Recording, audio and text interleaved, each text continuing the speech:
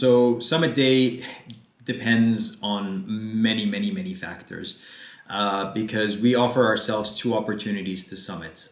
If we go through the first window, then we tend to summit close to midday, maybe just before, in which case the coldest part of the night would actually be not as cold as it would be if we started on the second summit window, because we'd be quite lower down where we start, and then the aim is to go up to the summit and then back to the halfway hut, which is the goûter, and then back down the following day. And that's usually our preferred option. If we end up summiting on the second day, then that means we leave the goûter in the very early hours of the morning, and that completely depends on the pace of the group, what time that is. Normally, it would be around 3 o'clock in the morning, and that means that we have to do the coldest part of the night, which is between 4 o'clock and sunrise, exposed in the higher elevations of the mountain, which is often quite cold. So summit night can be completely different depending on the conditions on the mountain and the pace of the team.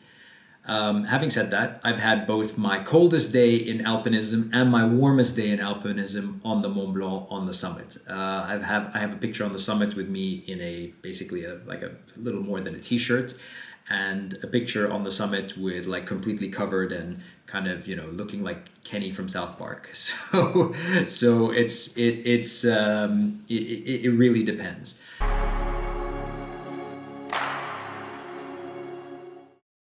No summit is ever guaranteed under any circumstances, no matter what. So I don't want to put too fine a point on it, but that's the truth. All right, and anybody who says anything otherwise, I think, would be selling snake oil. There are too many factors involved to be able to guarantee anything that comes close to resembling saying, yes, we are going to reach the summit. Even when we're climbing, even when we've decided to go for it, even when the team is super strong, we've had to turn around meters before the summit because of a change in the situation on the mountain. Safety comes first, 100%. And then even before we get to that, safety versus summit, there are other things that we have to climb up to get to that point. We have to make sure first that the weather is there, and then we also need to ensure that our skill set throughout the week has developed such that it is safe for you to be able to climb the Mont Blanc, and that the guide feels safe climbing the Mont Blanc with you. That's very important. There are no fixed ropes in the Alps, so the guide's safety and your safety are one and the same. You're on the same rope. And of course, the guides are trained and they are vetted, and they are the best guides out there. The IFMGA certified guides who guide internationally. They are the best of the best. But even the best of the best are human beings at the end of the day, and they need to feel that when or if the time comes where they need to ask you to do something, to move a little bit faster, to push a little bit harder, to concentrate on what you're doing, that you're capable of taking those instructions. And if they don't feel that that's possible, then the Mont Blanc is not possible.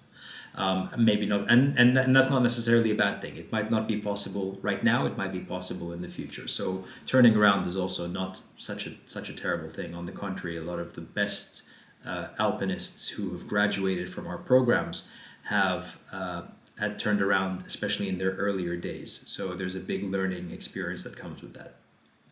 So there are no guarantees. Speaking to the situation most recently, the season in 2022, summer, where we had just heat wave after heat wave after heat wave, we had to divert. So unfortunately, we had two teams that were able to go to the Mont Blanc, and then after that, all the other teams who were capable of climbing the Mont Blanc had to divert to other things. And that's where we went to the Monte Rosa, we went to Gran Paradiso, we went to the Weissmiss, so the options in the Alps are infinite. And actually, from a technical perspective, the classic route of the Mont Blanc may be the least interesting of them all, although it has the title of being the highest. So there are many opportunities to summit many mountains and great mountains where your skill sets will jump leaps and bounds forward. And sometimes that might not be the Mont Blanc. And I think that's one of the reasons why as well it's important to focus on the fact that what you're joining is a week-long course where the Mont Blanc is the cherry on top, if that's at all possible for us. And if it isn't, we still have the week-long course, and there will be another great achievement at the end of the week that we'll all have to share together.